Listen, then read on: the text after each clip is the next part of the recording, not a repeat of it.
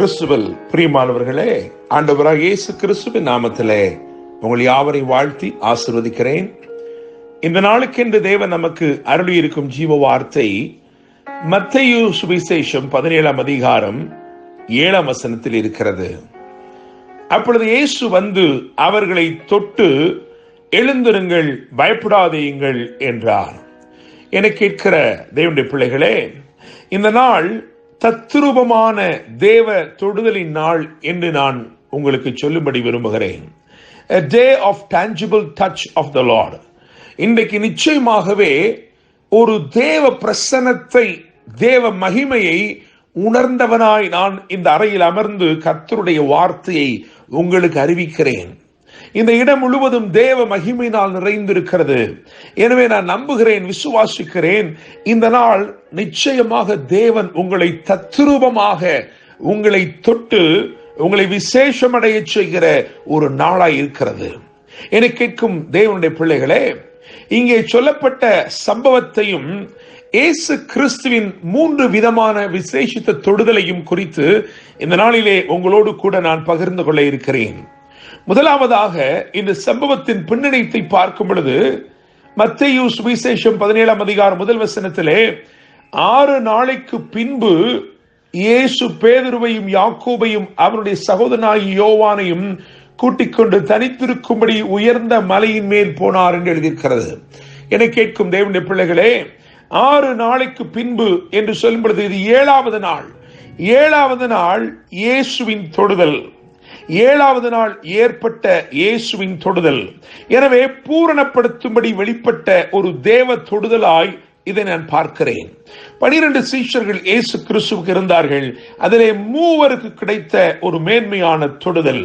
என கேட்கும் தேவனுடைய பிள்ளைகளே, இயேசு அவர்களை அழைத்துக் கொண்டு போய் தம்மை வெளிப்படுத்தும்படி விரும்பினார். எல்லாரும் அவரை அறிந்திருந்தார்கள். ஆனால் இவர்களை அவர் விசேஷப்படுத்தி இந்த 3 தம்முடைய முகரூபத்தை அவர்களுக்கு காண்பிக்க விரும்பினார். எனவே வேதம் சொல்கிறது, அவர்களுக்கு முன்பாக மறுரூபமானார் என்று 17ஆம் அதிகாரம் 2ஆம் வசனம் எழுதியிருக்கிறது. அவர்களுக்கு முன்பாக மறுரூபமானார். அவர் முகம் சூரியனை போல பிரகாசித்தது, அவர் வஸ்திரம் வெளிச்சத்தை போல வெண்மையாயிற்று. இப்படிப்பட்ட ஒரு இயேசுவை இதற்கு முன்னே அவர்கள் கண்டிருக்கவில்லை. நான் நம்புகிறேன், விசுவாசிக்கிறேன், இதுவரைக்கும் ஒருவேளை இயேசுவை நீ அறிந்திருக்கலாம், இயேசுவை குறித்த பல வெளிப்பாடுகள் இருக்கலாம். ஆனால் இந்த நாளிலே ஒரு விசேஷித்த தொடுதல், இந்த தொடுதல் தேவ மகிமையின் பிரசன்னத்திலிருந்து வருகிறபடினால் இது என்ன செய்கிறது என்றால், இது நீ இதுவரைக்கும் அறிந்திருக்கிற விதத்தில் அல்ல, நீ அறிந்திராத விதத்தில் இயேசுவை உன் வாழ்க்கையிலே வெளிப்படுத்த போகிறது. தேவனுடைய பிள்ளைகளே, வேதம் சொல்லுகிறது, அப்பொழுது மோசேயும் எலியாவும் அவரோட பேசுகிறவர்களாக அவர்களுக்கு காணப்பட்டார்கள். அந்த நாட்களிலே எந்த ஒரு போட்டோகிராஃபியும் கிடையாது, புகைப்படங்கள் கிடையாது, கல்வெட்டுக்கள் கூட அவ்வளவு தெளிவாய் இருந்திருக்க முடியாது. ஆனால் என்றைக்கோ பிறந்து எந்த காலத்திலேயோ வாழ்ந்த மோசேயையும் எலியாவையும் அவர்கள் கண்ட மாத்திரத்திலே இதுதான் மோசே, இதுதான் எலியா என்று உணர்ந்து கொண்டார்கள். தேவனுடைய பிள்ளைகளே, அவர்கள் மோசேயும் எலியாவும் இயேசுவோடு பேசினார்கள் என்று எழுதியிருக்கிறது. அவருடைய பேசுகிறவர்களாக அவர்களுக்கு காணப்பட்டார்கள். ஆனாலும் அவர்கள் என்ன பேசினார்கள் என்று சீஷர்கள் கேட்கவில்லை. சற்று நேரத்திலே பேதுரு சொல்லுகிறான், ஆண்டவரே, நாம் இங்கே இருக்கிறது நல்லது, உமக்கு சுத்தமானால் உமக்கு ஒரு கூடாரமும் மோசேக்கு ஒரு கூடாரமும் எலியாவுக்கு ஒரு கூடாரமாக 3 கூடாரங்களை போடுவோம் என்று சொன்னான். அவன் பேசுகையில் இதோ ஒளியுள்ள ஒரு மேகம் அவர்கள் மேல் நிழலிட்டது. இவர் என்னுடைய நேசகுமாரன், இவரில் பிரியமாயிருக்கிறேன், இவருக்கு செவி கொடுங்கள் என்று மேகத்திலிருந்து தேவனுடைய சத்தம் உண்டானது. அந்த சத்தத்தை அவர்கள் கேட்டார்கள். தேவனுடைய பிள்ளைகளை, நாம் எந்த சத்தத்தை கேட்க வேண்டும் என்பதை பரலோகம் தெளிவுபடுத்துகிறது. இயேசுவின் சத்தம், இயேசுவின் சத்தத்தை நாம் கேட்கும் பொழுது நிச்சயமாக நம்முடைய வாழ்க்கை ஆசீர்வாதமாய் மாறுகிறது. அதனால் தான் வேதம் சொல்கிறது, இவருக்கு செவி கொடுங்கள், இவருடைய சத்தத்துக்கு செவி கொடுங்கள் என்று பரலோகம் ஆண்டவராகிய இயேசு கிறிஸ்துவின் சத்தத்தை, அவருடைய வார்த்தையை விசேஷப்படுத்தினது. தேவனுடைய பிள்ளைகளே, வேதம் சொல்கிறது, சீஷர்கள் அதை கேட்டு முகங்குப்புற விழுந்து மிகவும் பயந்தார்கள். அப்பொழுது இயேசு வந்து அவர்கள் கண்களை தொட்டு எழுந்திருங்கள், பயப்படாதேயுங்கள் என்றார். ஒரு விசேஷித்த தொடுதல். என கேட்கும் தேவனுடைய பிள்ளைகளே, 3 விதமான தொடுதலை குறித்து நான் பேசுகிறேன். மத்தேயு 8ஆம் அதிகாரம் 3ஆம் வசனத்தை பார்க்கும் பொழுது அங்கே ஒரு விசேஷித்த தொடுதல் இருக்கிறது. இயேசு தமது கையை நீட்டி அவனை தொட்டு, எனக்கு சித்தம் உண்டு, சுத்தமாகு என்றார். அவர் சொன்னவுடனே குஷ்டரோகம் அவனை விட்டு நீங்கிற்று என்று மத்தேயு 8:3 எழுதியிருக்கிறது. என கேட்கும் தேவனுடைய பிள்ளைகளே, இது ஒரு நேச தொடுதல். காரணம், ஆண்டவர் இயேசுவுக்கு தெரியும், ஒரு வார்த்தை சொன்னால் போதும் அவன் சுத்தமாகி விடுவான் என்று சொல்லி.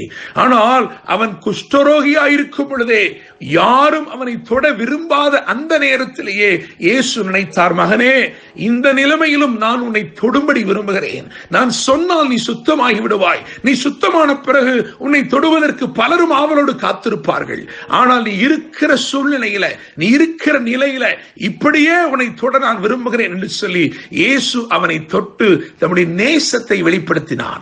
இது ஒரு பாசமான தொடுதல். இரண்டாவதாக மத்தேயு 9:29 வாசிக்கும் பொழுது, அப்பொழுது அவர்களுடைய கண்களை அவர் தொட்டு, உங்கள் விசுவாசத்தின்படியே உங்களுக்கு ஆக கிடவது என்றார். உடனே அவர்கள் இருவரும் பார்வையடைந்தார்கள் என்று எழுதியிருக்கிறது. 2 கண் தெரியாதவர்கள் இயேசுவை கூப்பிட்டுக் கொண்டே வந்தார்கள். தாவீதின் குமாரனே, எங்களுக்கு இரங்கும் என்று சொன்னார்கள். அவர் அப்படியே வீட்டுக்கு போய்விட்டார்.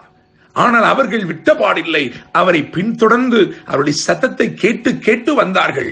இவர் என்னுடைய நேசகுமாரன், இவரில் பிரியமாயிருக்கிறேன், இவருக்கு செவிகொடுங்கள் என்று எழுதியிருக்கிறதே. அந்த சத்தத்துக்கு செவிகொடுத்து வந்த இவர்களை இயேசு தொட்டார். இது ஒரு விசேஷித்த தொடுதல். காரணம், அவருடைய கண்கள் திறக்கப்பட்டது. முதல் தொடுதல் பாசத்தின் தொடுதல். இரண்டாவது தொடுதல் பார்வையளிக்கும் தொடுதல்.